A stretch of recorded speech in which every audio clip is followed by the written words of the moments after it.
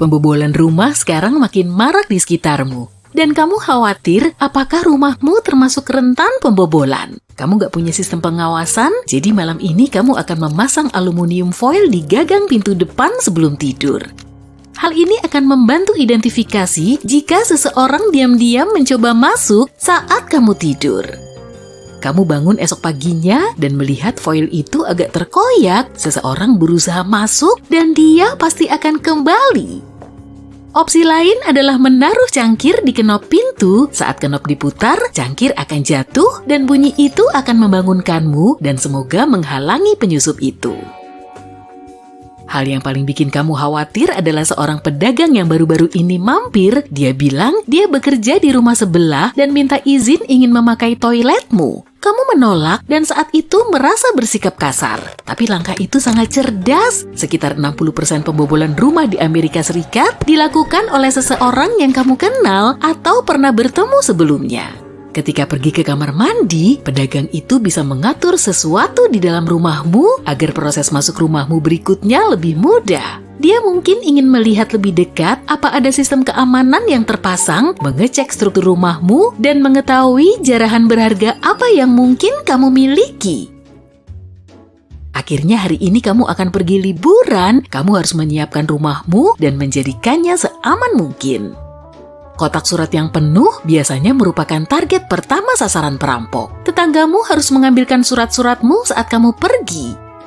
Properti yang terawat rapi adalah pertanda bahwa kamu selalu di rumah. Kamu menjaga agar rumput selalu dipotong dan pagar hidup dipangkas. Jadi kamu harus mengatur agar seseorang melakukannya saat kamu pergi.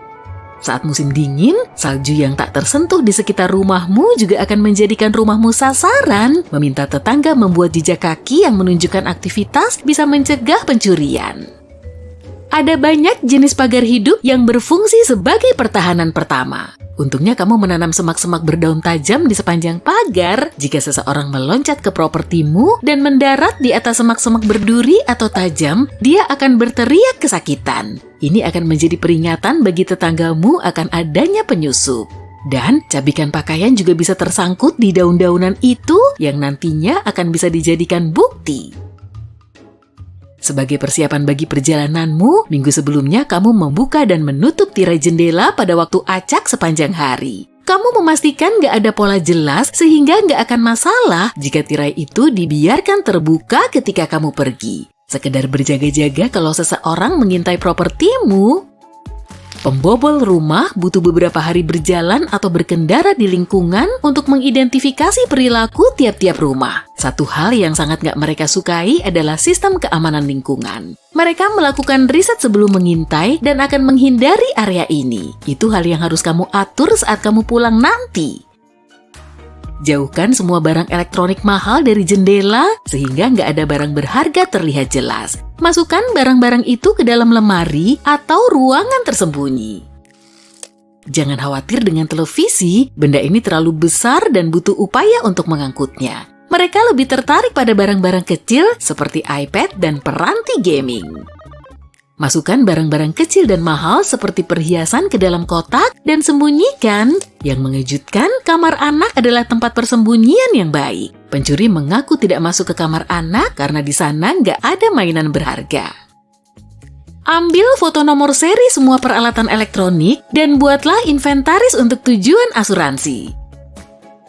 95% pembobolan rumah dilakukan dengan paksa, jadi sudah waktunya memperkuat pintu dan jendelamu. Kamu bisa mempersulit perampok dengan memakai kombinasi berikut ini. Singkirkan semua bangku, kursi, dan tangga di halaman dan simpan di garasi. Barang-barang itu bisa memudahkan jalan masuk yang lebih tinggi seperti kotak lubang AC.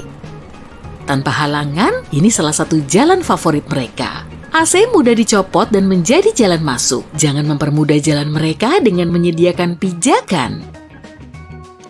Pencuri bisa mendobrak pintu lemah dalam 1 menit, pasang bingkai logam alih-alih kayu sebagai penguat. Engsel dan kunci harus cukup kuat agar bertahan lama terhadap tendangan sampai mereka menyerah. Sebagai titik lemah, kunci bisa dengan mudah dijebol oleh pencuri berpengalaman. Gembok perlindungan sederhana yang menahan pintu akan memastikan pintu tidak goyah. Engsel pintu garasimu membuka keluar yang membuat pintu garasi rentan dan bisa diakses dengan melepas paku dari engselnya. Ganti dengan paku anti rusak supaya nggak bisa dilepas. Dan terakhir, pintu garasi atas adalah salah satu tempat pertama yang dicari pencuri untuk masuk. Pintu ini nggak dilengkapi kunci yang mengamankan sepenuhnya, pasang gembok pada kait antara pintu dan relnya hingga pintu tetap di tempat. Pintu garasimu nggak punya opsi ini, jadi buatlah lubang dengan bor di rel pintu, tepat di atas salah satu relnya dan pasang gembok. Pencuri takut anjing, penjaga rumah yang setia. Menurut survei, kebanyakan rumah yang dibobol nggak punya anjing karena pencuri nggak ingin menarik perhatian selama beraksi. Sayangnya kamu nggak punya anjing, tapi dengan menaruh mangkuk makanan anjing di luar pintu depan akan menyurutkan niat pencuri. Pencuri telah menyesuaikan keterampilan mereka dengan teknologi 4 dari 5 penjahat memakai media sosial seperti Facebook, Twitter, dan Google Maps untuk mencari sasaran. Bahkan, membagikan foto kunci rumah cukup bagi pencuri untuk membuat kunci sendiri dengan memperbesar foto itu dan mengukur dengan presisi. Pastikan jaringan nirkabelmu aman dan pakai password baru yang lebih kuat ketika kamu pergi. Kamu bukan cuma rentan karena benda-benda fisik yang mungkin dicuri loh. Data-data berharga seperti password dan kode akses bisa dicuri lewat jaringanmu. Ada juga ancaman menginfeksi perangkat melalui malware berbahaya. Kamu juga bisa menghapus tampilan rumahmu sama sekali dari Google Maps. Ketik alamat rumahmu, temukan street view tempat tinggalmu, tekan option, dan pilih report a problem. Kamu akan diarahkan ke layar yang berisi gambar rumahmu dengan opsi untuk menggerakkan kotak merah guna menutup propertimu. Mintalah agar propertimu di-blur di bawah opsi My Home dan masukkan alamat lengkapmu. Proses ini cuma butuh beberapa hari. Jangan tinggalkan radio dalam keadaan menyala saat kamu pergi, ini nggak akan membantu. Melalui metode mengintai rumah, pencuri mencatat suara radio dan TV. Ketika kembali, dia akan mengecek apakah alat itu masih menyala yang memudahkan dia memastikan tidak ada orang di rumah. Opsi alternatif untuk menunjukkan aktivitas rumah adalah membuat audio yang memutar kebisingan sekitar secara acak sepanjang hari. Misalnya berisi bunyi langkah kaki, percakapan, dan gonggongan anjing. Meninggalkan lampu dalam keadaan menyala bukan ide bagus. Orang yang memata-matai lebih mudah mengenali rumahmu, terutama di malam hari, dan tagihan listrikmu juga akan melonjak. Kamu sudah siap liburan dan sampah perlu dibawa keluar. Jika kamu punya beberapa kardus, pilah-pilah supaya muat di bak sampah. Sembunyikan petunjuk apapun tentang barang berharga yang baru-baru ini kamu terima. Pengecekan terakhir, semua pintu terkunci dan tak ada jendela terbuka. Akhirnya, sekarang kamu bisa menikmati perjalanan. Tapi saat kamu bersantai di lokasi liburan, biarkan foto apapun tetap di ponselmu saat kamu masih di sana. Unggah hanya ketika kamu pulang. Jika kamu membagikan foto-foto saat kamu masih liburan, semua persiapanmu nggak akan berguna. Semua pencuri di areamu akan tahu kamu nggak ada di rumah. Dengan 2,5 juta rumah yang dibobol tiap tahun di Amerika, sebuah rumah tanpa sistem keamanan modern 300% lebih mungkin dibobol.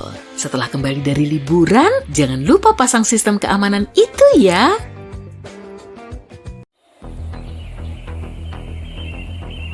Kulit pohon, daun, dan bahkan biji pohon ini beracun. Yang lebih parah lagi, biji-biji itu bisa meledak. Dan itu bukan pengalaman yang kamu inginkan saat jalan-jalan keliling Amerika tropis. Inilah pohon buah roda atau pohon kuku macan, raksasa setinggi 30 meter yang penuh duri berbentuk kerucut. Pohon ini kelihatan unik karena buahnya hampir mirip labu kecil, tapi jangan berani dekat-dekat dan menyentuhnya. Lihat saja dari jauh, begitu buah yang mirip labu itu retak, ia akan melepaskan biji-biji yang kesohor itu. Biji-biji ini bergerak 70 meter per detik, dan itu cukup untuk bikin kamu cedera. Tapi hey, pohon buah roda nggak sejahat itu kok. Ia cuma nggak mau ada kompetisi, dan karena itu berusaha begitu keras untuk melempar bijinya sejauh mungkin, sekitar 40 meter. Jadi, jangan halangi jalannya ya. Sebagian pohon menjadi berbahaya hingga diberi tanda peringatan. Misalnya pohon mansionil. Pohon ini kelihatan sangat polos dan buahnya mirip apel biasa. Tapi makan apel semacam ini bisa menjadi hal terakhir yang kamu lakukan di dunia. Wah, kayaknya serius. Menyentuh pohon ini juga nggak aman. Bahkan melihat pohonnya saja bisa bahaya, serius. Dan orang bahkan nggak bisa membuangnya. Siapapun yang mencoba melakukan itu akan langsung dihukum.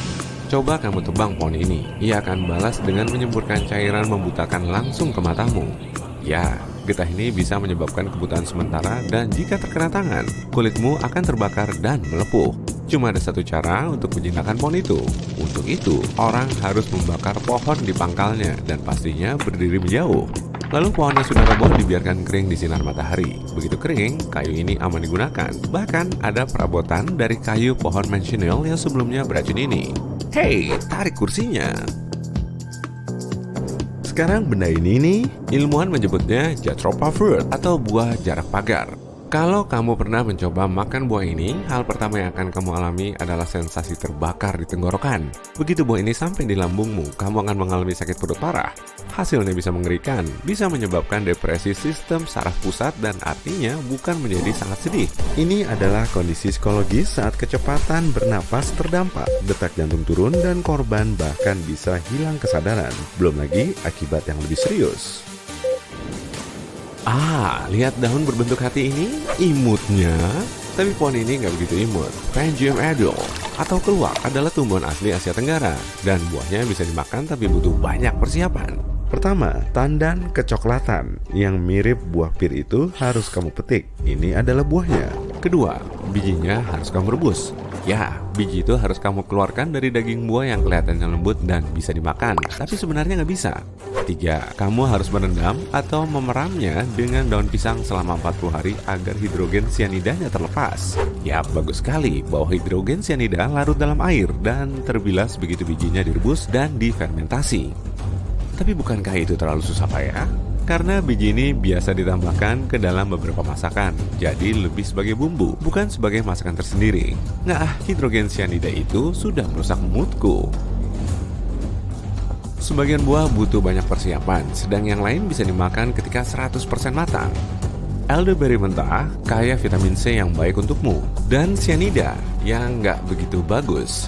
Tapi buah beri ini cukup terkenal, kamu bisa menemukannya dalam pie, sirup, teh, selai, apa saja. Buah beri yang sudah benar-benar matang dan dimasak nggak berbahaya. Dan tidak, buah beri ini nggak dilarang. Rasa buah nasional Jamaika, Ackee, benar-benar unik, ringan, dan mirip mentega. Dan orang yang sudah mencoba bilang rasanya mirip telur orak-arik. Kayak elderberry, Ackee cuma aman dimakan kalau sudah benar-benar matang. Jadi, impor Ackee mentah dilarang di Amerika Serikat hampir 50 tahun lalu. Bagian yang bisa dimakan cuma daging lembutnya yang putih. Dagingnya yang berwarna pink kelihatan menggiurkan, tapi jangan terkecoh. Bagian ini sangat beracun. Begitu juga bijinya yang hitam. Yuk kita selingi dengan fakta seru. Orang biasa memakai buah Ackee untuk membersihkan pakaian berkat daya cucinya. Kapsul buah ini mengandung saponin yang bisa membentuk busa dan kita butuhkan untuk mencuci. Tapi sekarang nggak begitu populer lagi dan cuma sedikit orang yang lebih menyukainya dibanding sabun buatan pabrik. Sirsak adalah satu buah lagi yang kelihatannya nggak ada di Amerika Serikat. Juga disebut guanabana. Jika belum masak, buah ini bisa melepas toksin berbahaya yang konsekuensinya nggak menyenangkan. Buat penggemar sirsak, jangan sedih ya. Kemungkinan kamu akan menemukan daging buah sirsak beku di berbagai swalayan. Buahnya sendiri enak, rasanya kayak perpaduan antara nanas dan stroberi. Tapi buah ini belum disetujui FDA karena masalah keselamatan. Tapi jika kamu pernah makan sirsak, ingat hindari bijinya karena beracun bagi kita manusia. Lihat nih, ini mangga, buah ini aman dan lezat. Sekarang lihat ini, yang ini mirip mangga kalau hijau, tapi kamu jelas nggak akan memakannya. Buah ini tumbuh di pohon pongpong, atau disebut juga pohon bintaro, dan satu bijinya cukup untuk menewaskan manusia manapun. Tapi siapa bilang kita harus mengonsumsinya? Buah ini bisa dipakai untuk deodoran. Tapi ada opsi antibakteri yang lebih aman di luar sana. Jadi lebih baik kita tinggalkan saja pohon pongpong ini. Ide bagus, Sherlock. Omong-omong, pohon nggak harus beracun untuk bisa disebut berbahaya. Pinus bunya atau pohon teka-teki monyet palsu misalnya memiliki buah yang sangat raksasa, lebih besar dari kepalamu. Bayangin ukuran biji di dalamnya. Jadi, satu-satunya bahaya yang ditimbulkan adalah jika buah itu tanpa sengaja menghantam kepalamu saat jatuh. Selain itu, pinus punya keren loh. Kalau biji-bijinya direbus, kamu akan memperoleh teh dengan cita rasa super. Kacangnya bebas gluten, hingga bisa jadi bagian dari diet tren dimanapun. Pohon ini sudah lama ada, sejak dinosaurus masih menjelajahi planet ini. Tapi sekarang pohon ini nyaris eksklusif di Queensland, Australia. Kita semua tahu dosis bisa jadi racun kan? Bakau susu atau pohon buta-buta adalah bukti lain ungkapan ini. Pohon ini bisa berguna sekali untuk tujuan pengobatan sekaligus sangat beracun jika digunakan dengan tidak benar. Ya, mungkin bukan cuma dosis, tapi sains yang membentuk racun. Getah pohon ini bisa menyebabkan luka lepuh, luka bakar, dan menyebabkan kebutaan sementara kayak pohon mensionil. Ini alasannya kenapa orang juga menyebutnya bakau yang membutakan matamu. Ya, itu masuk akal. Pohon botol sering ditemukan di Namibia. Jadi, kalau lagi melancong ke sana dan merasa haus, jangan terkecoh dengan pohon mirip botol itu ya. Pohon ini nggak mengandung air untukmu. Pohon botol memperoleh bentuknya yang terkenal setelah berumur antara 5-8 tahun dan didesain untuk menahan air bagi pohon itu sendiri. Kalau kamu berani mencoba, konsekuensinya bisa kita bilang menyedihkan. Pohon ini sangat beracun bagi manusia dan hewan. Racunnya terkandung dalam air. Pohon tidak akan punya cadangan air jika hewan mengambil semua airnya. Untuk menghindari hal ini, pohon botol membentuk racun sebagai mekanisme perlindungan, terutama dari hewan dan juga sebagian manusia agar tetap terhidrasi. Nasihat bagus untuk semua. Yang terakhir, gimpi-gimpi. Mungkin kamu pernah menemukan jelatang, paling tidak sekali seumur hidup. Akibat terkena jelatang nggak begitu menyenangkan, tak seorang pun suka ruam dan sensasi terbakar. Ya, bisa dibilang gimpi-gimpi yang kelihatannya nggak bahaya dan masih kerabat jauh jelatang ini memiliki mekanisme yang hampir sama, tapi konsekuensinya lain. Kadang cuma berupa ketidaknyamanan berkepanjangan, tapi dalam kasus tertentu bahkan bisa fatal. Untungnya penawarnya sudah ada. Lilin penghilang bulu atau selotip bisa membantumu. Masalah utamanya, bulu-bulu kecilnya nyangkut di kulit dan apapun yang lengket. Nah, lilin atau selotip bisa membantu menghilangkannya. Ini tindakan pertolongan pertama, tapi sangat membantu. Ups, pencurian lain telah terjadi di Amerika Serikat. Tunggu 22,6 detik lagi, maka akan terjadi satu pencurian lagi. Hei, nggak usah khawatir dengan propertimu. Cukup waspada dan bersiaga. Yuk, kita pelajari beberapa tips tentang cara ngelindungin rumahmu. Stiker aja bisa berkontribusi banget bagi keamanan rumahmu. Misalnya, kamu bisa nempel stiker yang ngasih tahu kalau rumahmu ada sistem keamanan, meski kenyataannya enggak. Kedengarannya nggak begitu meyakinkan, tapi para pencuri lebih suka nggak berurusan dengan rumah kayak gitu. Satu tips lagi nih, pastiin stiker itu kelihatan asli. Jadi, jangan pakai stiker buatan sendiri. Lebih baik keluar sedikit uang dan beli stiker yang kelihatan asli. Trik pintar lain adalah ninggalin sepatu yang berukuran besar di teras agar kelihatan jelas oleh pencuri. Ini bisa bikin pencuri mikir kalau di sini tinggal orang berbadan besar dan berbahaya, dan dia nggak akan mau bertemu dengannya. Oke, sekarang yuk kita periksa pintumu. Semoga kuncinya nggak kamu tinggal di bawah keset ya. Benda yang bisa kamu tinggal di bawah keset itu cuma cookies atau keripik. Ini cara seru biar kamu tahu apa ada pengunjung pas kamu pergi. Tapi ini bukan jaminan 100% loh. Yang datang bisa aja tukang pos, kurir salah alamat, atau bahkan anjing yang main-main di terasmu. Ya, mendingan cookiesnya ditaruh di perutmu, bukan di bawah keset. Oke, ceritanya kamu baru pulang kerja. Ini hari yang berat dan kamu merasa capek. Kamu ninggalin anak-anak kuncimu di lubangnya dan lupa soal itu. Oke, kamu emang udah ngunci pintu dan anak kunci masih di lubang kunci. Tapi siapa bilang kalau di semak-semak nggak ada pencuri yang lagi narget rumahmu? Secara teknis, nyelipin alat dan masuk rumah mungkin mustahil jika anak kunci masih di lubangnya. Tapi para pencuri punya alat lengkap dan segala macam kait buat ngeluarin kuncimu. Kamu tahu apa yang terjadi berikutnya? Mereka bisa nyusup ke dalam rumahmu sesenyap ninja dan menggasak semua barang berhargamu sementara kamu tidur dengan tenang. Solusi yang bagus mungkin adalah kunci yang cuma bisa ditutup dari dalam dan nggak bisa dibuka dari luar. Saat pindah ke rumah baru, meski kamu nggak membeli, tapi cuma nyewa, pastiin untuk ganti kuncinya. Siapa tahu berapa jumlah duplikat kunci yang ada. Jika nyewa, kamu nggak pernah tahu siapa yang tinggal di sana sebelum kamu datang. Kalau karena alasan tertentu kamu pernah nggak sengaja ninggalin kunci di pintu depan selama beberapa saat, hal terbaik yang bisa kamu lakuin adalah mengganti kunci itu. Ya, mungkin nggak akan terjadi hal buruk sih, tapi main aman tetap lebih baik. Selain itu, harusnya kamu bukan cuma berhenti ninggalin kunci di pintu, tapi juga jangan taruh kunci di tempat terbuka. Lebih baik kamu bawa ke ruang duduk, alih-alih disimpan di dekat pintu depan. Kadang, pencuri bukan cuma bisa pakai pintumu loh, tapi juga jendelamu. Perhatiin sampahmu, terutama jika kamu membuang kemasan barang mahal. Jangan biarin para pencuri tahu apa yang kamu beli dan berapa harganya.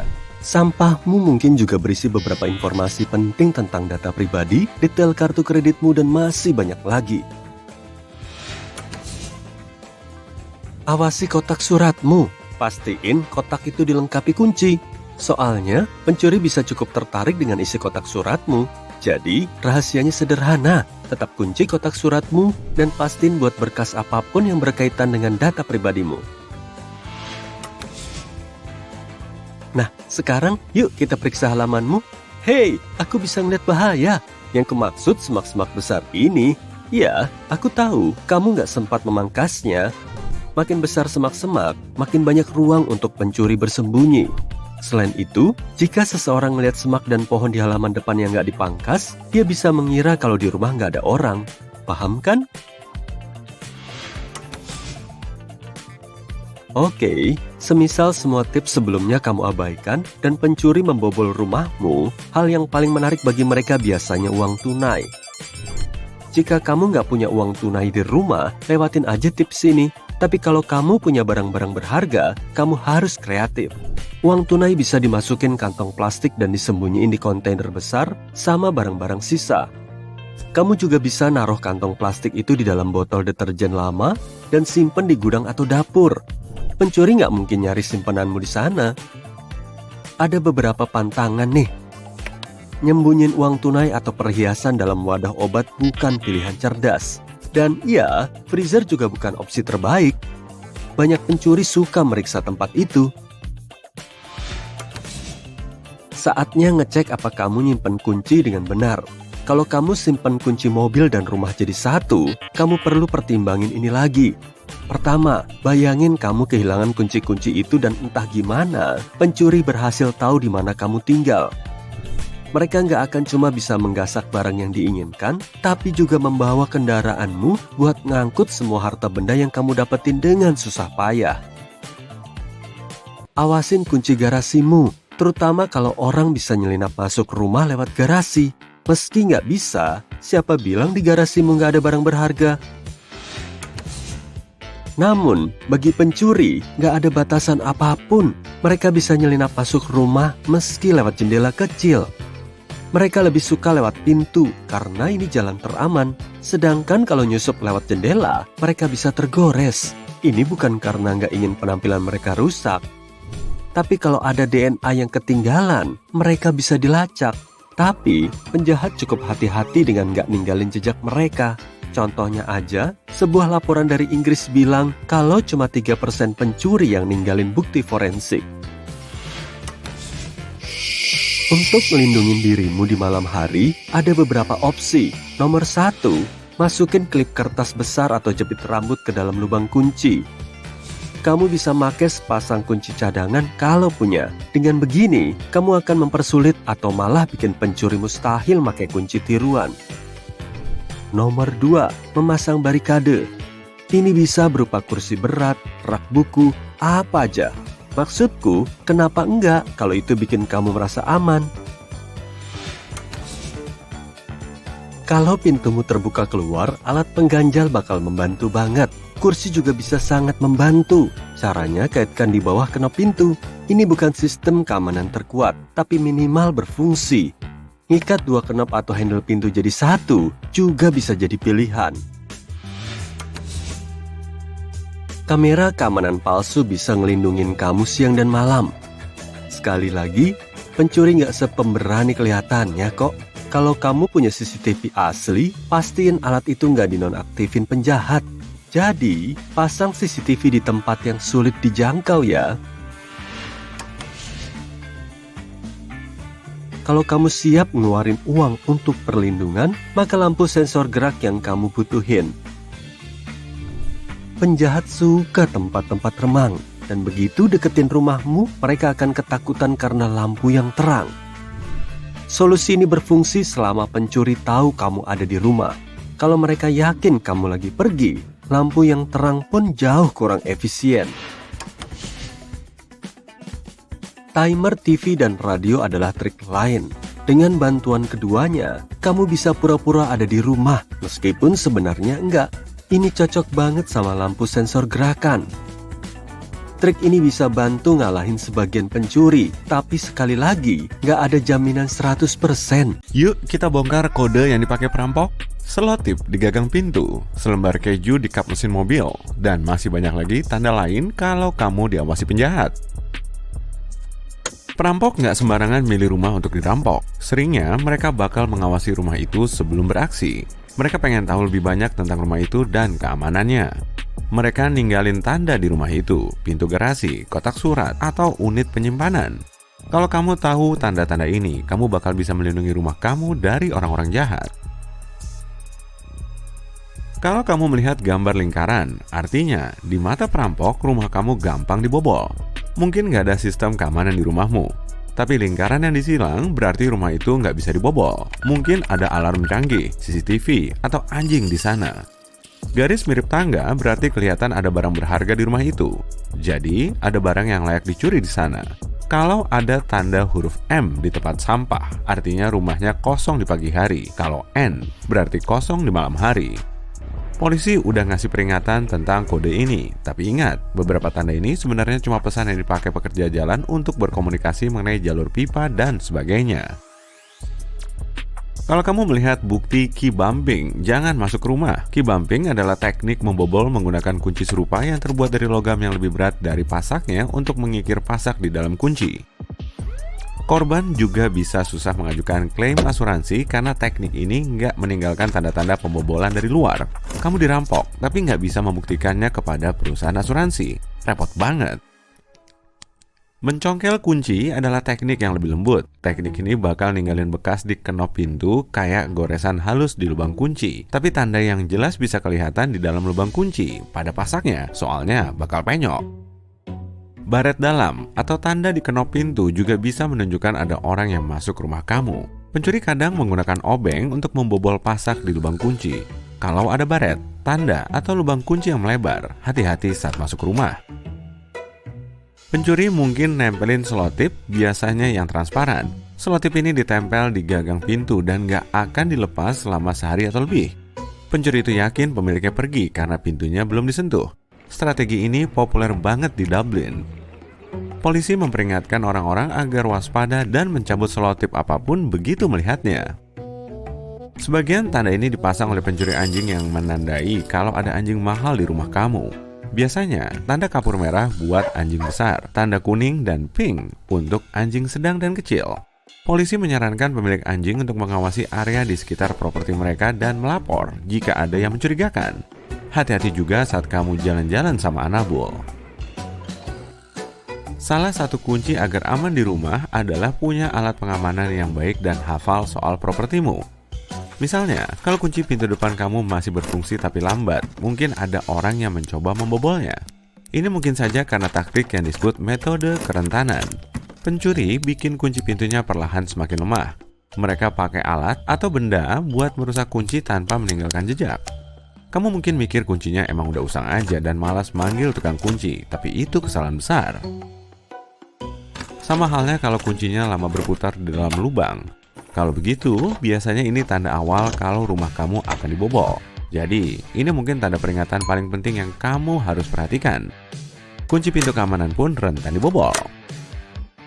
Kamu tahu nggak kalau warga di Churchill, Kanada nggak ngunci pintu mobil mereka? Mereka bukannya mau mengundang pencuri, tapi biar selamat dari kemungkinan serangan beruang. Kota ini punya populasi beruang kutub terbanyak di dunia. Bayangin aja saat seseorang berhadapan sama beruang kutub dan ada mobil orang lain di dekat sana.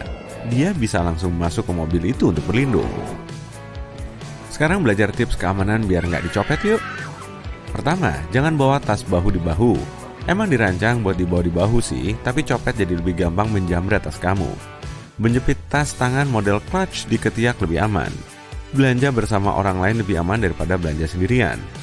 Kalau lagi belanja atau lagi apapun, jangan bawa uang berlebihan.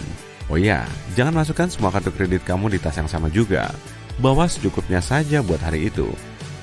Kamu mungkin mikir, bentar aja kok, tapi jangan pernah ninggalin tas kamu di troli belanjaan atau meja. Lalu ada juga penipuan. Waktu kamu percaya kamu nggak bisa ditipu, mungkin kamu malah lebih rentan terhadap rencana penipu itu. Penipu mengincar semua orang dari berbagai latar belakang, usia, dan penghasilan. Mereka bisa menjebakmu saat kamu lengah. Mereka menggunakan teknologi, produk, atau bahkan layanan baru untuk mancing kamu biar ngasih mereka uang atau informasi pribadi. Gimana sih caranya biar nggak ditipu? Pertama, ingat kalau suatu tawaran kelihatan terlalu menggiurkan, berarti emang nggak beres. Kedua, jangan jawab telepon yang minta akses jarak jauh ke komputermu meskipun mereka bilang dari perusahaan terkenal. Penipu bakal sering minta kamu menyalakan komputer buat memperbaiki masalah atau menginstal upgrade gratis. Sebenarnya, itu virus untuk mendapatkan password dan informasi pribadi. Terakhir, perhatikan permintaan pembayaran yang aneh. Penipu sering minta kamu menggunakan metode pembayaran yang nggak biasa, kayak kartu debit yang dibeli sudah termasuk saldo, voucher, atau kartu iTunes. Pembajak mobil dan selembar keju, apa hubungannya? Bayangin kamu lagi jalan ke mobilmu dan melihat keju yang meleleh di kap mesinnya. Awalnya, kamu ngira ada yang lagi ngeprank kamu. Jadi, kamu bersihin kap mobil kamu. Biasanya, itu butuh waktu lama. Perhatikan sekelilingmu. Mungkin ada yang mengawasi kamu dari jauh dan nunggu waktu yang pas. Mereka bisa langsung masuk ke mobilmu dan kabur waktu kamu nggak merhatiin pintu sopir. Karena sibuk bersihin keju di dekat sisi penumpang. Tahukah kamu kalau kamu mungkin punya kunci cadangan di mobil? Sebagian mobil punya kunci vale yang tersembunyi di dalam buku manual atau di kotak alat di bagasi.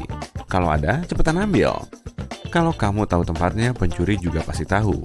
Oh iya, jangan umpetin kunci cadangan kamu di dalam mobil. Pasti bakal ketahuan pencuri mobil. Misalnya, sebagian orang ngumpetin kunci cadangan di bawah bumper atau di bawah karpet mobil. Pencuri sering mengecek tempat-tempat itu juga. Ngomong-ngomong soal pencurian mobil, mungkin sekarang waktunya membahas kebiasaan dan strategi pencuri mobil. Mereka nggak akan pergi ke lokasi yang terbuka dan terlihat kayak di depan rumah atau di pinggir jalan. Tempat gelap dan tertutup kayak gedung apartemen, serta tempat parkir bawah tanah jadi tempat pilihan mereka karena lebih sepi. Pencuri jadi bisa dengar kalau ada orang yang datang. Kamu pernah dengar nomor rangka kendaraan alias VIN? Ini adalah nomor unik untuk setiap mobil. Kamu bisa mengukir VIN di kaca mobilmu. Tindakan ini bikin onderdil yang dipreteli dari mobil kamu kurang berharga. Selain itu, harga kaca mobil cukup mahal. Jadi, pencuri akan menghindari mobil kayak gitu. Tapi emang sebaiknya jangan jadi target yang mudah dan mengundang. Apa kamu pernah mengalami sendiri hal-hal seperti ini? Aku udah nyobain yang ini loh. Cubit sikumu sekeras mungkin, kamu hampir nggak merasa sakit. Kok bisa? Area kulit yang berbeda punya ujung saraf yang juga beda. Tubuh kita didesain untuk lebih peka terhadap rasa sakit di tempat-tempat yang lebih berisiko tinggi untuk rusak. Bagian-bagian penting itu punya lebih banyak ujung saraf agar kita lebih waspada dan bisa melindungi diri kita. Dan kulit tebal kayak di siku kita punya lebih sedikit detektor rasa sakit. Nah, aku bukan lagi membahas rasa nyeri kesemutan dan menyentak yang kamu rasakan pas sikumu membentur sesuatu ya. Wah, kalau itu sih rasanya kayak seluruh lenganmu kesetrum. Menurutku ini bukan rasa lucu, tapi ini berasal dari funny bone atau tulang lucu. Tulang lucu sama sekali bukan tulang loh. Ini saraf yang berawal dari tulang belakang menuju leher sampai siku dan jari-jarimu. Nama aslinya adalah saraf ulinaris. Ini adalah salah satu dari 3 saraf utama di lenganmu dan memberi sensasi di ujung-ujung jari.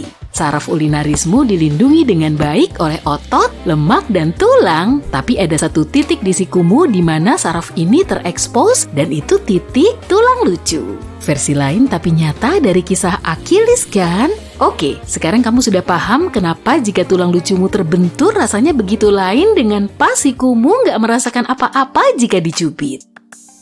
Fenomena berikut terkait dengan momen-momen sosial yang canggung. Mungkin gak seluruhnya, ini bisa terjadi saat gebetanmu memujimu. Aku lagi membahas tentang pipi yang memerah nih. Nah, aku gak yakin kalau di perutmu memang ada kupu-kupu saat kamu jatuh cinta, tapi aku yakin dengan yang ini. Ketika pipimu memerah, lapisan lambungmu juga memerah.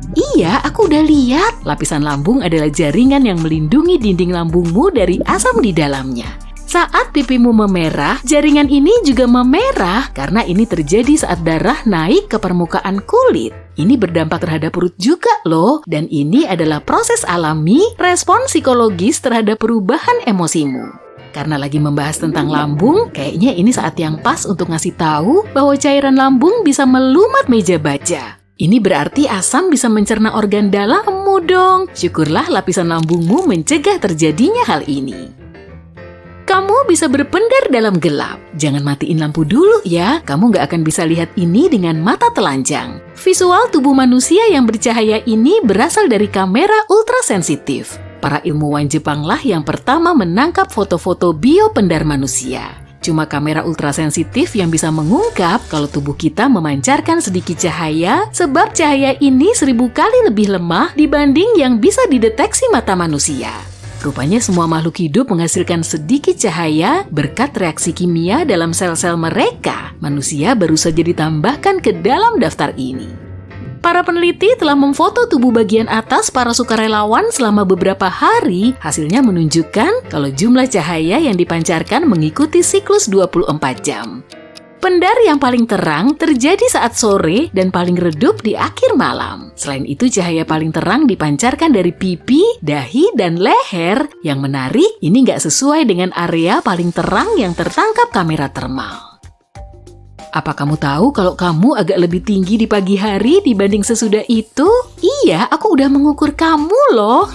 Serius, perbedaan tinggi ini berkaitan dengan gravitasi. Kekuatan gravitasi menekan tulang rawan di tulang belakang dan lututmu pas kamu berdiri atau duduk sepanjang hari.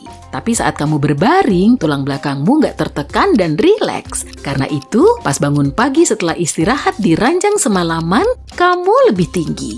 Pertambahan tinggi badan ini nggak lebih dari 2,5 cm, jadi jangan taruhan siapa yang lebih tinggi sehabis tahu info ini ya.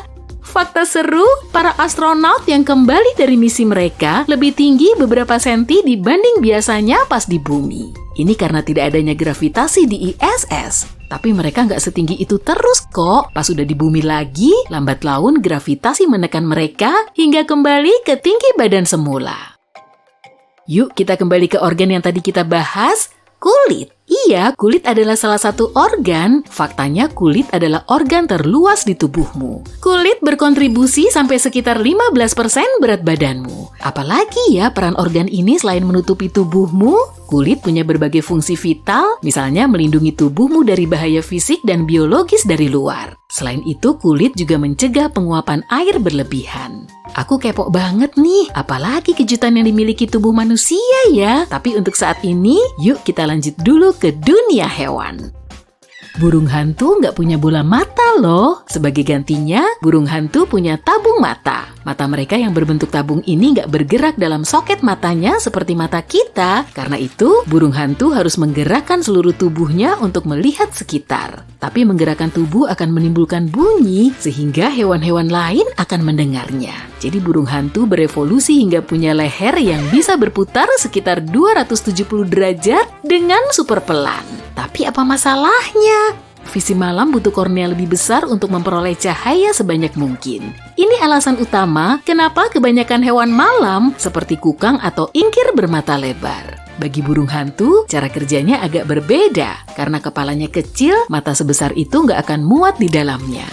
Meskipun nggak punya bola mata, tapi makhluk ini punya 3 set kelopak mata. 1 set untuk berkedip, 1 untuk tidur, dan yang terakhir untuk menjaga kebersihan tabung matanya. Apa burung hantu peduli dengan itu? Iya dong. Lanjut dari hewan malam ke hewan-hewan yang lebih kamu kenal. Meow. Kucing punya organ tambahan yang memungkinkan hewan ini membaui udara. Organ ini disebut organ Jacobson atau organ vomeronasal. Organ ini berlokasi di rongga hidung kucing dan membuka ke langit-langit mulutnya. Organ ini bisa mendeteksi bahan kimia tertentu dengan saraf yang langsung menuju otak, tapi itu bukan penciuman biasa ya. Reseptor bau organ Jacobson nggak didesain untuk menangkap bau biasa. Organ ini mendeteksi bahan kimia yang sama sekali nggak berbau. Dengan kata lain, kucing bisa mendeteksi bau yang tak terdeteksi. Bukan cuma ini, organ Jacobson meningkatkan indera penciuman. Misalnya saat anak kucing mencoba mencari susu induknya, bayangin ada 2 induk dan 4 anak kucing bisa membedakan induknya dari kucing dewasa lain dengan bantuan indera penciumannya. Saat orang ketemu, mereka saling menilai bahasa tubuh. Biasanya kucing melakukan ini dengan mengendus kepala satu sama lain. Sapaan ini melepaskan feromon yang bisa menyampaikan banyak hal tentang satu kucing ke kucing lain, seperti apa makanan kesukaan kucing lain, atau apa hewan itu sehat atau enggak. Kucing bahkan bisa menilai apa kucing lain sedang senang atau sedih. Semua itu berkat organ Jacobson. Nah, ini fakta lain tentang kucing nih. Hidung kucing memiliki tonjolan khas yang menyerupai pola. Mirip sidik jari kita, tiap kucing punya sidik hidung yang unik. Sidik hidung ini bisa dipakai sebagai bentuk identifikasi loh. Oke Pus, kamu bisa kena tuduhan udah mecahin vas loh. Ada sidik hidungmu di seluruh vas. Nah, kamu mau bikin kesepakatan? Ceritain aja semua yang kamu tahu tentang si anjing yang mengunyah DVD itu. Untuk para pecinta anjing, aku nggak lupa kalian kok. Ini mitos yang mungkin pernah kamu dengar. Anjing itu buta warna, tapi sebetulnya enggak loh. Namun cakupan warna yang bisa mereka deteksi memang terbatas dibanding spektrum yang bisa dilihat manusia. Warna yang bisa Jadi kamu temukan uban pertamamu dan kamu ingin banget mencabutnya untuk disimpan sebagai kenang-kenangan. Tapi nenek yang serba tahu mencegahmu melakukan itu karena semua orang tahu 2 rambut baru akan tumbuh menggantikannya. Ini adalah salah satu mitos terpopuler yang sudah ada selama bertahun-tahun. Jika kamu cabut sehelai rambut, folikelnya akan tetap di tempatnya dan dengan segera rambut penggantinya akan tumbuh.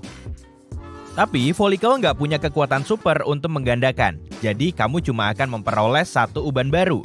Bahkan mungkin rambut baru itu akan lebih gelap, karena kali ini folikel rambut bisa menghasilkan pigmen lagi.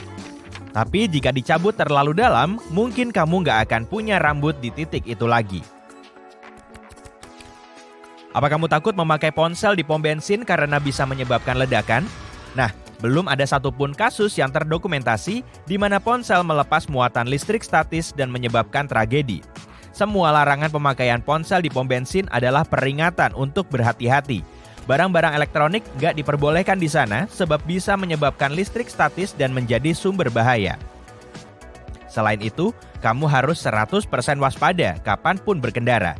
Chatting atau mengirim pesan ketika mengisi BBM bisa menyebabkan konsekuensi buruk, kayak meninggalkan pom bensin dengan pompa BBM masih menempel di mobilmu.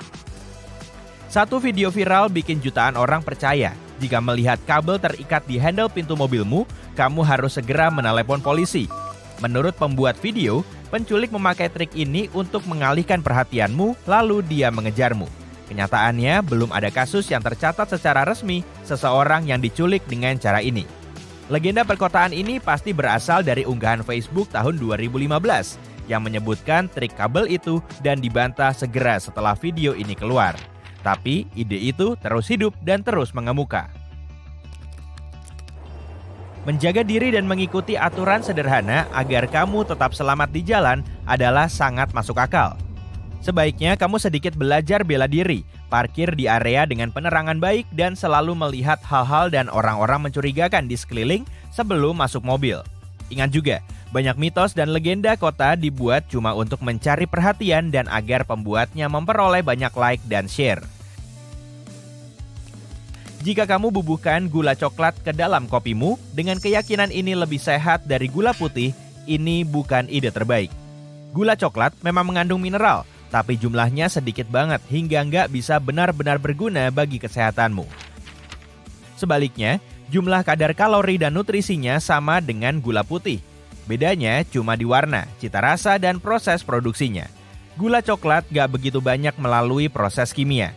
Jadi kalau kamu ingin mengurangi kalori, jenis gula mana yang kamu bubuhkan ke dalam makananmu gak benar-benar penting. Saat menekan tombol snooze di pagi hari, sebenarnya kamu gak akan benar-benar memperoleh tambahan tidur 10 menit loh. Menunda waktu bangun memang terasa enak, tapi tombol snooze membuatmu merasa lebih capek alih-alih memberimu istirahat tambahan. Kamu punya siklus biologis tersendiri yang menyesuaikan dengan jadwalmu. Jika kamu bangun dan langsung tidur lagi, otakmu jadi bingung. Inilah alasannya kenapa kamu makin sulit bangun saat alarm berbunyi untuk kedua atau kelima kalinya. Dalam jangka panjang, tombol snooze akan mengacau kemampuanmu memperoleh tidur nyenyak berkualitas. Mitos seputar tidur populer lain adalah bahwa kamu menelan sampai 8 laba-laba tiap malam tanpa sadar. Tenang, kamu nggak menelan laba-laba sama sekali kok. Bagi laba-laba, kamu kayak raksasa atau lebih mirip gunung di lanskap. Suara apapun yang kamu buat selama tidur seperti bernapas atau detak jantungmu sangat menakutkan serangga itu. Jadi, yang mereka inginkan cuma tetap sejauh mungkin dari kamu. Mitos ini mendunia setelah satu artikel majalah yang menyinggung kalau orang mudah percaya apapun yang mereka lihat di dunia maya. Ya, biar bagaimana artikel itu benar. Kamu nggak benar-benar harus menunggu 30 menit atau lebih untuk berenang setelah makan siang. Mitos ini sudah ada lebih dari seabad karena ini adalah aturan yang diterbitkan di buku Saku Pramuka 1908. Katanya, berenang kurang dari 90 menit setelah makan bisa menimbulkan konsekuensi sangat berbahaya. Ini bikin banyak orang percaya karena pencernaan mengalihkan aliran darah dari otot-otot ke perut. Renang bisa menghambat aliran darah menuju perut, hingga kamu kram dan bahkan bisa tenggelam. Di dunia nyata, darah yang mengalir ke perut lebih banyak, tapi ini nggak berpengaruh pada lengan atau kakimu. Makanan justru bagus untuk renangmu karena bisa memberimu energi tambahan. Dan jangan lupa minum cukup air dengan makanan agar tetap terhidrasi. Berlian mahal sekali karena langka banget kan? Ternyata berlian gak selangka yang ingin mereka yakinkan ke kita. Batu merah delima, zamrud, dan safir jauh lebih langka dan jauh lebih mahal daripada berlian. Ilmuwan bahkan sudah menemukan cara untuk bikin berlian tiruan hingga produksinya agak mudah. Jadi harga yang mau dibayarkan orang adalah hasil kampanye pemasaran yang sukses sejak lebih dari seabad lalu. Perusahaan yang menambang dan menjual berlian menyebarkan mitos tentang permata ini di seluruh dunia. Mereka yakinkan semua orang di planet ini bahwa harga itu masuk akal. Selain itu, mereka telah mengubah batuan ini menjadi perlambang cinta dan pertunangan. Film-film bikin kita percaya bahwa semua dinosaurus adalah kadal raksasa berbahaya, tapi di dunia nyata ada beragam spesies dinosaurus. Sebagian nggak lebih besar dari kucing atau anjing golden retriever. Sepertinya jumlah spesies yang lebih kecil lebih banyak dibanding kerabat mereka yang besar. Selain itu, beberapa dinosaurus kayak T-Rex bahkan tertutup bulu, terutama di tahap awal kehidupannya.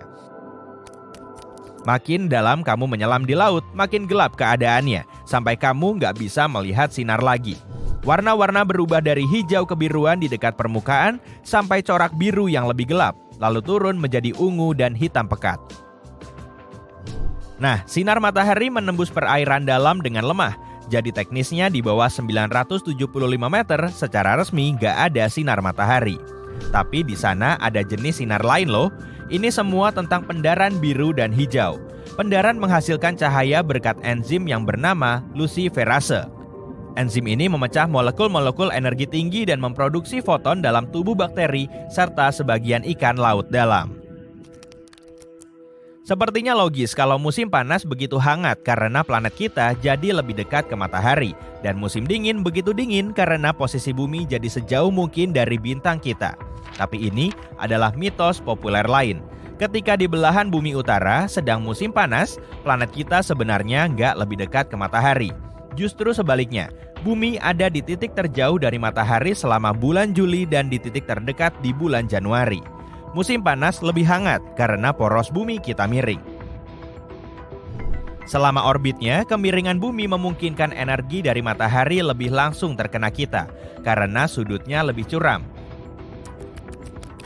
Sabuk asteroid itu nggak seberbahaya yang digambarkan film-film blockbuster loh. Kalau kamu harus bepergian lewat sabuk asteroid, penerbanganmu nggak akan kaya melalui medan bebatuan yang saling bertabrakan.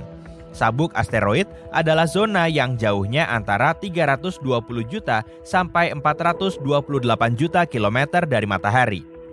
Ini adalah ruang kosong yang sangat terisolir dan sepi dengan banyak ruang di sela-selanya. Kalau semua asteroid dari sabuk itu ditarik jadi satu, kamu akan memperoleh massa sekitar... Halo tamu-tamu terhormat, selamat datang di Akuarium Terang. Di sini, kamu akan melihat makhluk laut dan samudera yang paling berbahaya. Tapi jangan terkecoh ya. Kamu mungkin banget ketemu salah satu hewan bawah air ini pas jalan-jalan di pantai loh. Jadi, perhatikan baik-baik sekarang agar kamu terhindar dari bencana. Ini ikan apa batu ya? Yang lagi kamu lihat umum dikenal sebagai stonefish atau ikan batu, tapi namanya yang lebih keren termasuk ikan dornorn atau sinanseya. Kalau suka menyelam dan mengamati bawah air, mungkin tanpa disadari kamu sudah ketemu ikan ini. Tampilannya bikin ikan ini hampir nggak mungkin dibedakan dari batu sungguhan karena warnanya yang abu-abu dan berbintik-bintik. Terutama kalau kamu memakai kacamata snorkel yang berkabut. Jadi, kamu harus fokus sebab konsekuensinya bisa parah. Karena ikan batu adalah ikan yang dikenal paling beracun.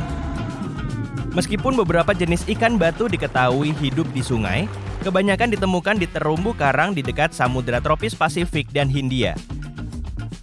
Duri sirip punggungnya yang mirip jarum akan berdiri jika terganggu atau terancam, lantas menyuntikkan racun yang dikandungnya. Alasan paling umum kenapa sengat ikan batu muncul adalah perenang yang menginjaknya tanpa sadar. Tapi nggak di air pun, kamu tetap bisa disengat ikan ini loh.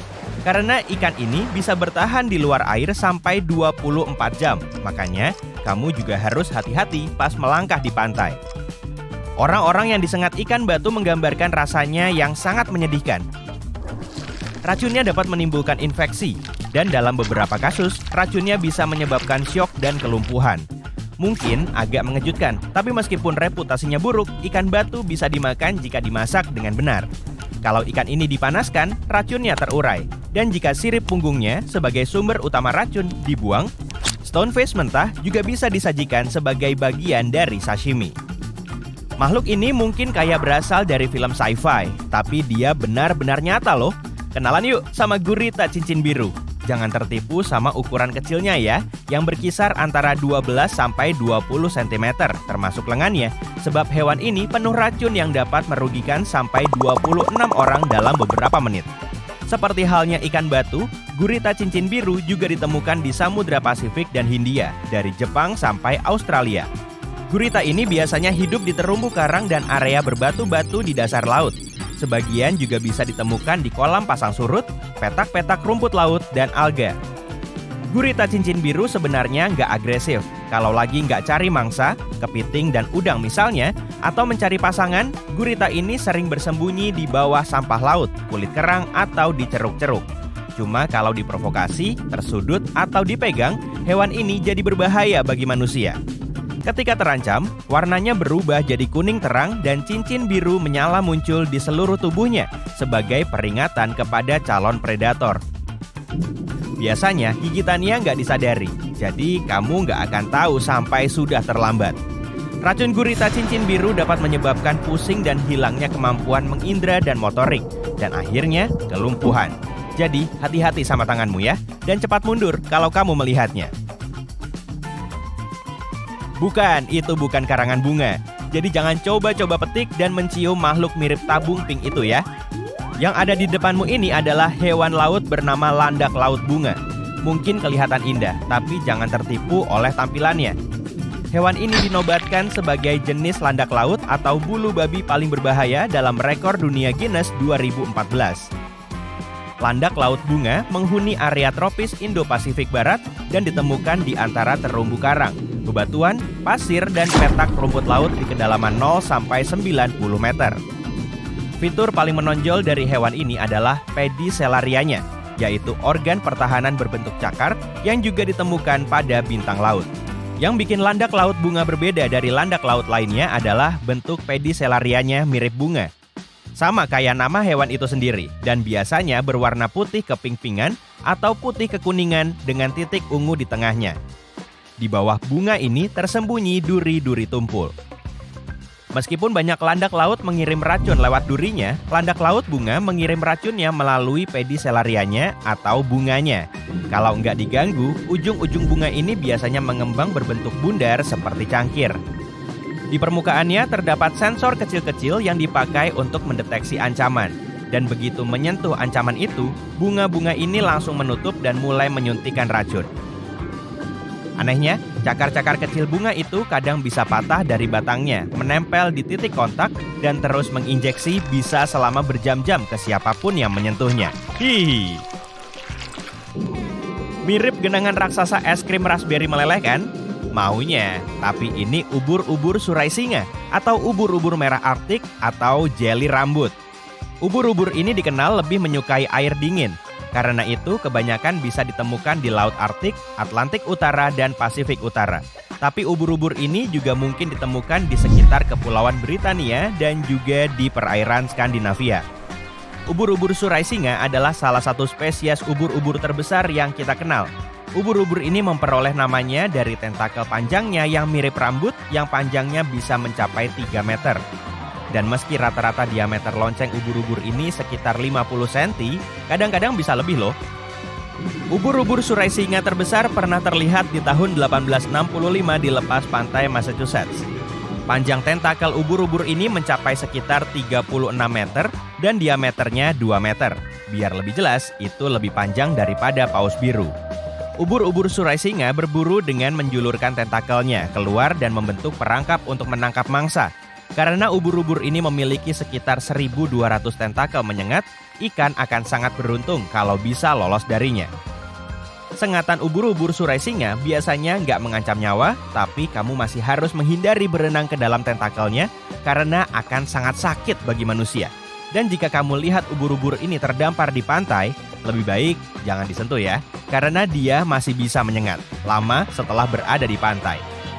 Fakta seru nih. Ubur-ubur surai singa muncul dalam cerita Sherlock Holmes, The Adventure of the Lion's Mane, sebagai tersangka. Tapi tenang, kami nggak akan spoiler kok. Hewan laut terakhir yang sedang kamu lihat adalah ular laut. Dan ya, hewan ini lain dari belut laut. Ada 60 spesies ular laut yang teridentifikasi. Sebagian besar bisa ditemukan di perairan tropis dan subtropis Samudra Hindia dan Pasifik, dan makhluk ini sudah ada selama jutaan tahun. Untuk memudahkan, ilmuwan telah memisahkan semua spesies ular laut yang berbeda menjadi 2 kategori, ular laut sejati dan krait laut atau erabu. Ular laut sejati menghabiskan sebagian besar waktunya di laut, sedangkan krait laut bisa menghabiskan sebagian waktunya di darat. Jika melihat ular di pantai, kamu bisa membedakan apa itu ular darat atau laut dengan melihat ekornya. Kalau ekornya mirip dayung, maka yang kamu lihat itu ular laut, tapi selalu pastikan untuk jaga jarak ya. Semua ular laut butuh naik ke permukaan secara teratur untuk mengambil napas, karena nggak punya insang. Karena itu, kamu bisa aja ketemu ular laut pas berenang. Kalau itu terjadi, lebih baik kamu menjauh secepat mungkin, karena kebanyakan ular laut lebih berbisa dibanding rata-rata ular kobra atau ular derik. Tapi, karena ular laut cuma menyerang kalau diprovokasi, kasus gigitan cukup langka. Satu lagi nih, fakta seru tentang ular laut. Ini adalah satu-satunya reptil yang melahirkan di laut. Mayoritas ular laut menyimpan telurnya dalam tubuh mereka sendiri dan melahirkan ular yang hampir terbentuk sempurna sambil berenang. Kecuali krait laut bibir kuning. Kamu suka merhatiin nggak sih kalau tisu toilet biasanya berwarna putih? Tapi dulu warna ini kurang digemari. Pada tahun 1950-an, tisu toilet berwarna mulai dijual di pasaran. Pembeli bisa memilih tisu warna pink, biru, kuning, hijau, atau hitam biar cocok sama interior kamar mandi mereka. Tapi kemudian, banyak dokter mulai mengaitkan pewarna tisu toilet dengan kenaikan risiko kesehatan. Pewarna ini juga menghambat penguraian tisu toilet saat disiram, jadi bikin kloset mampet. Akibatnya proses produksi dan harga retailnya terlalu mahal dibandingkan tisu putih biasa. Dan akhirnya permintaan tisu berwarna mulai turun. Coba perhatiin pola lucu ini deh. Mungkin kebanyakan orang nggak terlalu merhatiin aspek estetika pada tisu toilet, tapi pola ini tetap ada. Ada yang bilang itu cuma trik marketing, produsen menggunakan hiasan cantik supaya produk mereka kelihatan lebih estetik, dan supaya pembeli mengaitkan merek mereka dengan gaya hidup mewah dan elegan. Penjelasan lainnya lebih berkaitan dengan kegunaan tisu toilet. Pola ini bikin tisunya mengembang dan lebih gampang menyerap.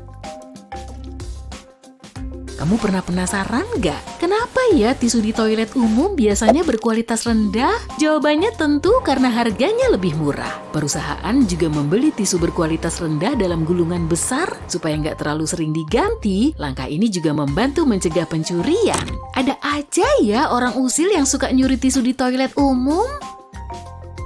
Di sebagian toilet umum, saklar lampu biasanya dipasang di luar. Perusahaan konstruksi sengaja memasangnya di luar supaya lebih aman. Kamu tahu kan, listrik dan air bisa bikin kesetrum? Saklar juga dihubungkan ke listrik, jadi listriknya pasti akan mengalir ke saklar yang kena air. Saklar yang dipasang dengan benar pasti punya pengaman, tapi kebanyakan pemilik gedung nggak mau ngambil risiko. Inggris punya aturan keamanan saklar lampu yang jauh lebih ketat dibandingkan Amerika. Makanya di Inggris sering dijumpai saklar lampu yang terpasang di luar toilet. Meski begitu, kebanyakan kamar mandi di Amerika Serikat juga dilengkapi dengan sirkuit listrik khusus sebagai pengaman tambahan kalau terjadi korsleting. Saat arus listriknya berubah, sirkuit ini akan langsung mati. Dari sekian banyak warna, kenapa lampu lalu lintas cuma berwarna merah, kuning, dan hijau? Ternyata ini ada penjelasan logisnya loh. Sebelum ada lampu lalu lintas di jalan raya, sinyal lalu lintas kereta api muncul lebih dulu. Operator kereta pernah menggunakan warna putih untuk memberi aba-aba jalan, merah untuk berhenti, dan hijau untuk hati-hati. Tapi kemudian warna putih dinilai kurang cocok karena lampu putih di malam hari bisa dikira bintang. Jadi perusahaan kereta mengganti warna putih dengan hijau untuk aba-aba jalan dan kuning untuk hati-hati karena kedua warna ini lebih gampang terlihat. Akhirnya, warna yang sama juga dipakai pada lampu lalu lintas jalan raya dan dijadikan standar. Warna merah punya gelombang yang paling panjang, jadi pengemudi bisa melihat warna ini dari jarak yang lebih jauh. Warna kuning dipilih sebagai tanda hati-hati karena panjang gelombangnya sedikit lebih pendek dari merah, tapi lebih panjang dari hijau. Kamar tidur biasanya menjadi tempat yang paling berdebu di dalam rumah. Kira-kira kenapa ya? Nah, jadi debu di kamar tidur biasanya berasal dari sel kulit, tungau debu, dan serat kain di spray, karpet, dan tirai. Kalau kamu punya anabul, bulu dan sel kulitnya juga bikin kamarmu semakin kotor. Tapi tenang aja, ada cara praktis untuk mengurangi debu di kamar. Rapihin tempat tidurmu setiap hari, bersihin kamar dengan vacuum cleaner, dan pel lantainya secara rutin. Keluarin karpet, perabot, dan dekorasi yang bisa jadi sarang debu. Perhatiin juga kualitas spray dan tirai yang kamu pakai, bahan yang lebih longgar lebih gampang memerangkap debu. Selain itu, jangan masukin anabulmu ke dalam kamar. Tapi kalau yang ini kayaknya agak sulit ya. Pembersih udara modern, AC, dan kipas gantung bisa bikin kamar tidurmu jadi lebih nyaman. Tapi jangan lupa dibersihin dong. Kalau sampai kotor atau tersumbat bulu dan polutan lain, filternya nggak akan efektif menyaring debu sehingga kamarmu tetap kotor. Masih ngomongin soal debu nih, kamu tahu kan kalau kamu bisa ngebersihin pinggiran sapu dengan pengki? Bagian beralur ini ternyata nggak cuma hiasan loh, tapi bisa dipakai sebagai pembersih. Saat kamu pakai kacamata, gagang kacamatamu ngebekas di telinga sampai berminggu-minggu ya. Itu berarti kacamatamu nggak sesuai sama kepalamu. Ukurannya terlalu sempit dan kalau terus dipaksain, kamu bisa kena iritasi dan sakit kepala. Gagang kacamata yang nekuk ke belakang telinga bisa menekan bagian tengkorak yang rapuh. Jadi saat milih kacamata, kamu perlu mastiin ukuran gagangnya pas dan sesuai sama kepalamu. Untuk mengatasi masalah ini, kamu bisa minta bantuan ahli kacamata. Jadi sebaiknya jangan coba-coba lakuin sendiri ya. Parutan kotak juga bisa dipakai dalam posisi horizontal. Dengan begini kamu bisa marut wortel dan keju dengan lebih nyaman. Kalau kamu mau marut bahan makanan lembut seperti keju kambing dan mozzarella, jangan lupa masukin dulu ke freezer selama 30 menit. Dan biar kejunya nggak nempel di parutan, tuang dulu permukaan parutan dengan sedikit minyak. Coba deh perhatiin sisi parutan yang paling jarang dipakai kayak gini. Kamu pernah pakai ini buat marut apa coba?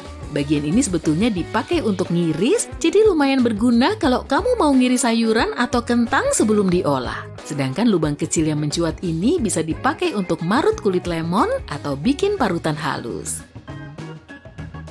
Kamu bisa pakai tips berguna ini dengan bantuan parutan agar lebih hemat daripada pakai sabun cuci biasa. Beli aja sabun cuci yang lebih murah, lalu parut sedikit dan masukin ke mesin cuci. Arah bukaan kulkas ternyata bisa diganti loh. Di sebelah sini ada engsel tuh. Jadi kalau engselnya dipasang di sini, pintu kulkas akan ngebuka ke arah berlawanan. Tapi sebelum kamu nyobain trik ini, cabut dulu kabelnya dan baca baik-baik buku panduan yang sesuai ya. Aluminium foil punya permukaan mengkilap dan permukaan yang lebih kusam. Banyak orang mengira kalau ini bisa ngasih tahu mereka sisi luar dan sisi dalam foil karena sisi yang mengkilap lebih gampang memerangkap panas. Padahal nggak ada bedanya sih. Proses pembuatan aluminium foil bikin kedua sisinya kelihatan beda. Tapi fungsinya tetap sama aja. Aluminium foil nggak melulu dipakai untuk masak di dapur, kamu bisa memakainya saat nyobain trik baterai ini. Kalau kamu nggak punya baterai AA, pakai aja baterai AAA dan aluminium foil. Lalu masukin di salah satu ujungnya, trik ini bakal berfungsi karena baterai AA dan AAA punya tegangan yang sama. Kemasan take away makanan Chinese bisa disulap jadi piring. Lepas aja dua sisinya dan jatuhin ke atas meja. Oh ya, wadah dari karton ini dulunya bernama ember tiram karena awalnya memang dipakai untuk naruh tiram. Makanan enak nggak boleh dibuang-buang. Dan produsen KitKat kayaknya pakai aturan ini. KitKat yang nggak sesuai standar dituang ke wadah biru besar. Lalu KitKat itu bakal diproses ulang. Coklat ini bakal dicampur coklat cair. Lalu ditambahkan gula. Dan terakhir, produsen nambahin adonan yang dipakai untuk merekatkan waffle ke dalam setiap KitKat. Jadi, isian KitKat ini terbuat dari KitKat gagal. Batang rhubarb aman dimakan. Daunnya emang sedikit beracun karena kandungan asam oksalatnya. Pasti udah pada tahu fakta ini, tapi kamu tahu nggak kalau kamu bisa mendengar rhubarb tumbuh? Tumbuhan ini tumbuh cepat banget sampai kamu bisa dengar suaranya yang khas waktu tunasnya keluar. Sebagian orang bahkan bilang mereka mendengar rhubarb berderit saat tumbuh. Kalau kamu pikir biji jagung itu cuma kuning, kamu pasti kaget deh. Ternyata ada loh jagung pelangi. Ini bukan keajaiban alam, tapi pengembangbiakan selektif. Ada alasannya jenis jagung ini disebut glass gem corn atau jagung permata kaca. Bijinya emang mirip kaca dan bonggolnya yang berwarna permata emang mirip kayak batu berharga. Setiap bijinya juga beda-beda. Jagung jenis ini dipilih selama bertahun-tahun oleh Carl Barnes, seorang petani dan pengembang biak Cherokee dari Oklahoma. Orang yang bikin popcorn dengan jagung ini bilang popcornnya juga warna-warni loh. Kecap Inggris dibuat secara nggak sengaja. Tahun 1830-an, Lord Sandys pulang ke Inggris dari India. Dari berbagai hidangan lezat India, ada satu kecap yang disukai Lord. Dia pergi ke toko obat buat minta tolong sama ahli kimia di sana, John Lee dan William Perrins, untuk menyiapkan kecap yang serupa. Mereka menyiapkannya dan berniat menjualnya, tapi aroma sayuran dan ikannya nggak banget. Jadi mereka nyimpen kecap itu di gudang anggur. Nggak lama setelah itu, kecapnya terlupakan gitu aja. Kecapnya jelas terfermentasi. Ahli kimia itu baru mengeluarkan kecap itu 2 tahun kemudian. Mereka pasti suka coba-coba makanan, soalnya mereka mencoba kecap itu. Dan ternyata enak banget. Hei, lihat kentang goreng itu. Sebagian kentang goreng emang punya sedikit noda hitam aneh. Pencinta makanan cepat saji pasti pernah melihatnya setidaknya sekali. Nggak apa-apa kok, kamu masih bisa makan kentang goreng itu. Noda ini disebut kantong gula. Penyebabnya simpel. Kalau kentang goreng disimpan di kulkas, kandungan patinya berubah jadi gula. Waktu kentang itu dikeluarkan dari kulkas dan mulai digoreng, suhu tinggi bikin gula di bagian luar matang sebelum bagian dalamnya matang sempurna. Jadi Jadi, ini cuma noda karamel. Nggak enaknya, gula ini ninggalin rasa gosong. Wortel juga punya trik gula. Rasa wortel jauh lebih manis pada musim dingin. Uniknya, wortel punya respons fisiologi yang bisa mencegah pembentukan kristal es. Pembentukan kristal es ini bisa merusak wortel, dan kandungan gula yang meningkat bisa mencegahnya. Kalau kamu pernah lihat duck sauce, ada info nih. Saus ini nggak ada hubungannya sama bebek. Rasanya manis banget dan bahan utamanya adalah buah drupa. Prem, persik, dan aprikot jadi drupa terbaik. Biar lebih enak, tambahin gula, cuka, jahe, dan cabai. Rasa manis dan pedasnya bercampur, sehingga bikin saus ini cocok buat temen makan lumpia dan gorengan asin lainnya. Percaya nggak percaya, camilan keju yang kita sukai sekarang itu dianggap sampah loh di tahun 1930-an. Suatu hari, Edward Wilson melihat jagung yang berbentuk pita saat keluar dari mesin pabrik yang memproduksi makanan hewan. Pita-pita ini kelihatan menarik, jadi dibawa pulang dan dibumbui oleh Edward. Dia juga sadar kalau jagung yang mengembung itu jadi keras kalau nggak ditutup. Percobaannya ternyata berhasil sampai nantinya dikembangkan jadi camilan mendunia. Apa persamaan selai kacang dan cincin pertunangan? Dua-duanya mengandung berlian. Saintis asal Jerman mempelajari cara mengubah selai kacang jadi berlian. Dia memisahkan oksigen dari karbon dioksida. Dia mengambil karbonnya, lalu menekannya dengan kuat. Akhirnya, dia dapat berlian beneran. Kedengarannya sih gampang, padahal enggak. Dia ngambil selai kacang biasa dan menekannya dengan mesin kuat. Tekanannya 1,3 juta kali lebih tinggi dari udara di sekitar kita. Lalu, dia memanaskannya pada suhu yang bisa ditemukan 800 km di bawah permukaan bumi. Secara teknis, si saintis itu meniru pembentukan struktur kristalin di mantel bawah bumi. Jadi, kalau kamu udah ngambil selai kacang buat dijadikan berlian, mending ambil juga jelly dan roti. Tanpa alat khusus, kamu cuma bisa bikin sandwich dengan bahan-bahan itu. Satu lagi pertanyaan rumit buat kamu. Makanan mana yang proteinnya lebih tinggi? Steak atau brokoli? Jawabannya brokoli. Tapi ada satu detail kecilnya, brokoli mengandung lebih banyak protein per kalori daripada daging. Jadi, 100 kalori brokoli bakal ngasih kamu lebih banyak protein daripada 100 kalori daging. Plus, brokoli nggak mengandung lemak jahat dan kolesterol. Pertanyaan terakhir nih, sumpah. Apa yang lebih bikin melek? Apel atau secangkir kopi? Maaf aja penggemar kopi. Apel sama bagusnya dengan minuman favorit kamu. Jadi, kalau nanti kamu loyo, coba ganti double espresso kamu dengan apel. Buah ini kaya mineral, vitamin C, karbohidrat, dan serat. Jadi, apel bakal ngasih kamu energi sebanyak yang diberikan kopi. Bahkan mungkin lebih. Orang-orang masih belum tahu asal mula keripik kentang.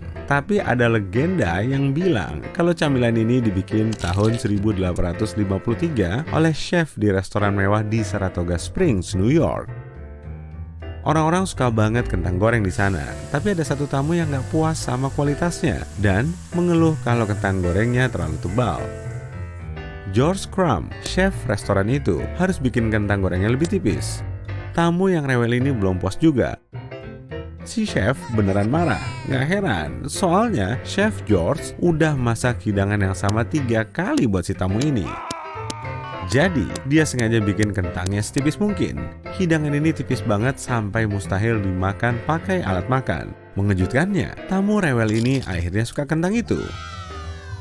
Resep hidangannya langsung viral dan keripik kentang muncul di semua tos serba di Amerika. Tadinya hidangan ini mau jadi hidangan panas, tapi malah jadi camilan. Suka salad buah? Kalau kamu pengen menanam semua bahannya, kamu nggak perlu pohon berbeda. Kamu cuma butuh satu pohon dan teknik sambung pucuk. Pohon ini bisa memiliki varietas buah yang sama atau jenis buah berbeda. Kamu bisa menanam 6 buah berbeda pada satu pohon.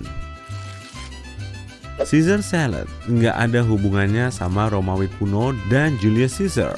Salad ini berasal dari Meksiko dan ceritanya berawal di Tijuana. Salad ini nggak sengaja diciptakan oleh Chef Cesar Cardini. Suatu hari, waktu ada perayaan besar, dia kehabisan makanan. Dia cuma bisa nyemplungin berbagai bahan secara acak dan menyajikannya sebagai salad. Hidangan ini unik populer dan jadi tersebar ke seluruh dunia. Ada satu hal yang nggak unik dari salad ini sekarang. Banyak supermarket nawarin Caesar salad versi mereka dengan dressing mayones. Dulu, dressing salad ini berwarna kuning dan punya banyak bahan. Kalau mau bikin, kamu harus mencampur bawang putih cincang, teri, dan telur mentah dulu. Lalu, Anomali Laut Batik. Tahun 2011, sekelompok penyelam turun ke dasar bagian utara Laut Baltik untuk berburu harta karun. Tapi mereka malah nemu benda aneh. Saat mereka memfoto benda itu dan menunjukkannya, banyak orang meyakini kalau itu pesawat antariksa peradaban lain yang karam. Ada juga yang mikir kalau benda itu terbentuk secara alami, tapi logam di dalam struktur itu jelas nggak bisa terbentuk alami.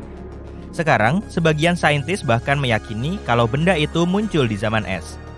Mungkin juga itu meteorit yang terperangkap di bawah es pada zaman itu. Maelstrom adalah pusaran air kencang yang terbentuk saat dua arus bertemu dan menciptakan pusaran melingkar. Viking yang seram aja takut sama pusaran air ini karena saking kencangnya bisa bikin kapal tenggelam.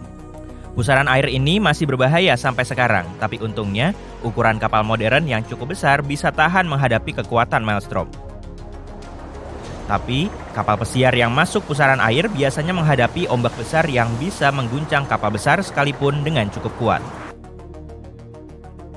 Maelstrom kuat banget sampai bisa berubah jadi semacam lubang hitam bawah laut.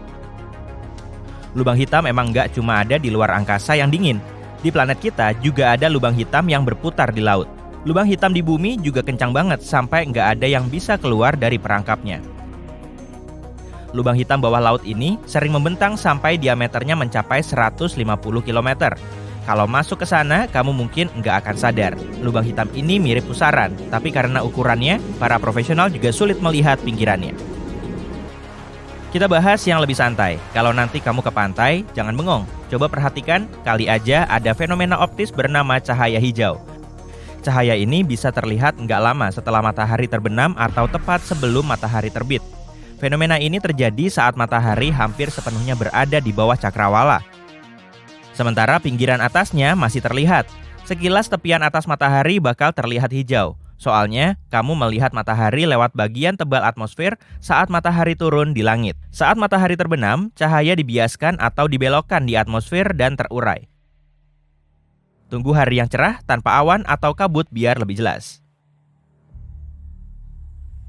Kamu udah gak sabar buat renang, tapi kok air lautnya warna merah? Sebaiknya jangan nyebur. Florida dikenal untuk pasang merahnya. Fenomena ini terjadi saat konsentrasi alga mikroskopis lebih tinggi dari biasanya. Ribuan spesies alga di laut dan air tawar biasanya nggak bahaya buat manusia dan hewan. Malah membantu kita karena jadi sumber oksigen yang penting. Tapi sebagian seperti alga yang bikin laut jadi merah bisa bahaya banget buat hewan laut seperti penyu, ikan, dan burung laut.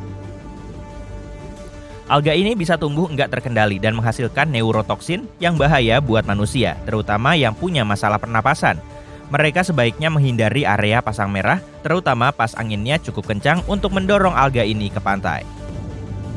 Gunung berapi memuntahkan gas beracun, abu, dan lava merah yang panas. Kita udah tahu tentang bahaya itu, tapi gunung berapi bawah laut rumit banget. Kadang kalau letaknya di perairan dangkal, gunung berapi ini mengeluarkan bebatuan dan asap ke permukaan. Karena gunung berapi bawah laut dikelilingi pasokan air yang enggak terbatas, sifatnya bisa beda dengan gunung berapi di darat. Saat gunung ini meletus, air laut bisa jadi lubang bawah laut yang aktif. Lava bisa menyebar ke dasar laut dangkal atau kadang mengalir ke laut dari gunung berapi darat. Saat berada di air, lava bisa cepat dingin sampai hancur jadi puing dan pasir. Jadi ada banyak puing vulkanis di sana. Kamu tahu pantai pasir hitam yang populer di Hawaii? Seperti itulah pembentukannya. Lava panas dan erupsi kuat jelas nggak aman, tapi gunung berapi bawah laut di perairan dalam sama berbahayanya meskipun nggak erupsi. Gunung ini mengeluarkan gelembung. Nah, gelembung ini mengurangi kepadatan di perairan sekitarnya dan bahkan bisa bikin kapal tenggelam. Parahnya lagi, saat melihat permukaan laut, kamu nggak tahu ada bahaya. Tapi gelembung kecil ini ada dan bikin kapal kehilangan daya apungnya dan dengan tanda-tanda yang hampir nggak kelihatan. Gelombang laut persegi emang fenomena langka, cantik untuk diamati, tapi bahaya banget. Kamu akan melihat gelombang laut persegi lebih sering di bagian dangkal laut. Peristiwa ini sering muncul di Prancis atau pantai-pantai di Tel Aviv, tapi bisa juga terjadi di banyak area pantai di seluruh dunia. Gelombang laut persegi terjadi saat dua pola gelombang melintas pada sudut miring. Gelombang itu membentuk pola persegi. Fenomena ini biasanya terjadi saat dua alun bertemu atau saat alun mendorong gelombang di satu arah dan angin kencang mendorongnya di arah lain. Gelombang persegi ini bisa bahaya buat orang yang berenang atau perahu. Gelombang yang dihasilkan arus laut yang kuat ini nggak terduga dan tinggi, sampai kadang hampir 3 meter. Fenomena ini disebut white walls. Gelombang ini kuat banget sampai bisa menggulingkan perahu besar sekalipun. Kalau kamu isi gelas bening dengan air laut, terus kamu perhatikan, kamu akan melihat airnya penuh partikel kecil.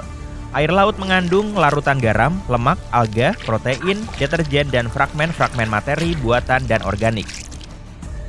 Kalau gelasnya diaduk, kamu akan melihat gelembung kecil yang terbentuk di permukaannya. Begitulah busa laut terbentuk saat gelombang dan angin mengaduk lautan. Tapi busa laut yang tebal bisa aja disebabkan oleh ledakan populasi alga. Saat ledakan populasi alga pecah di laut, jumlah materi yang besar akan bergerak ke daratan. Kebanyakan jenis busa laut nggak bahaya buat manusia. Tapi ledakan alga pecah bisa berdampak negatif pada lingkungan dan manusia. Misalnya saat gelembung busa laut pecah, toksin yang dikandung busa itu akan lepas ke udara dan mengiritasi mata atau menyebabkan masalah kesehatan lain. Kamu bisa melihat tidal bore atau gelombang besar di wilayah yang sungainya bermuara di laut atau samudra. Tidal bore adalah gelombang pasang kencang yang melawan arus dan mendorong sungai. Gelombang ini masuk kategori lonjakan, yaitu perubahan kedalaman secara mendadak. Tidal bore adalah lonjakan positif yang artinya gelombang ini mendorong sungai dan menjadikannya lebih dalam. Lonjakan negatif terjadi saat sungai tiba-tiba menjadi sangat dangkal. Enggak semua sungai mengalami tidal bore. Sungainya harus cukup dangkal dengan jalur sempit ke laut. Pertemuan antara laut dan sungai harus datar dan lebar. Area antara pasang dan surut setidaknya harus berjarak 6 meter.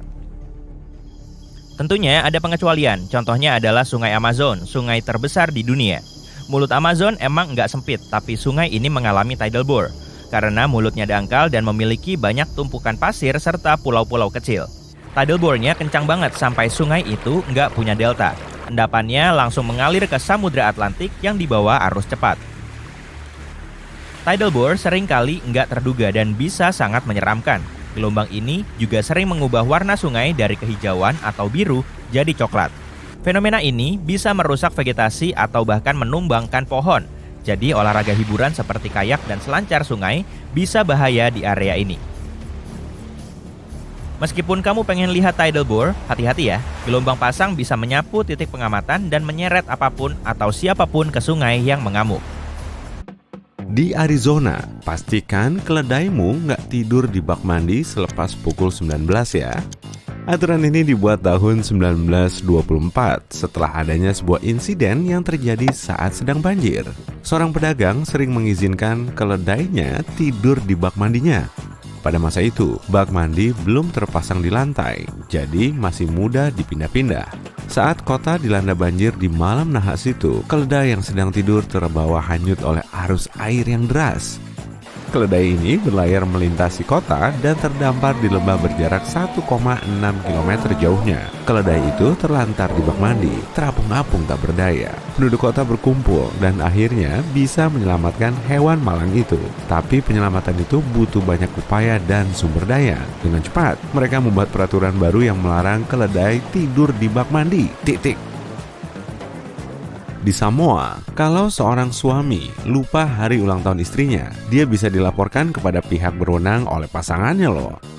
Setelah insiden pertama, peringatan resmi dikeluarkan. Diharapkan suami bikin banyak pengingat agar tahun berikutnya nggak lupa lagi. Tapi jika tanggal itu dilupakan lagi, dia harus menjalani serentetan wawancara intens untuk mengorek kenapa dia bisa lupa tanggal sepenting itu. Tergantung pembelaan atas sifat pelupanya itu, dia bahkan bisa menghadapi konsekuensi serius. Tunggu aja sampai dia tiba di rumah. Kembali ke Arizona. Di sini, kamu butuh izin khusus jika ingin membuang sebatang kaktus saguaro dari lahanmu. Membuang kaktus ini tanpa izin bisa bikin kamu mendekam di balik jeruji selama 3 tahun loh. Kaktus ini bisa hidup sampai 200 tahun. Dan kenapa upaya pelestariannya begitu ketat? Karena pohon ini cuma bisa menghasilkan biji setelah berumur 35 tahun. Kamu ada di suatu pantai indah di sepanjang kota pesisir Eraclea, Italia. Dan pastinya kamu udah bawa ember dong. Tapi jangan bikin istana pasir dengan ember itu ya. Di sepanjang pantai itu, ember telah dinyatakan sebagai benda berbahaya yang membuat tersandung.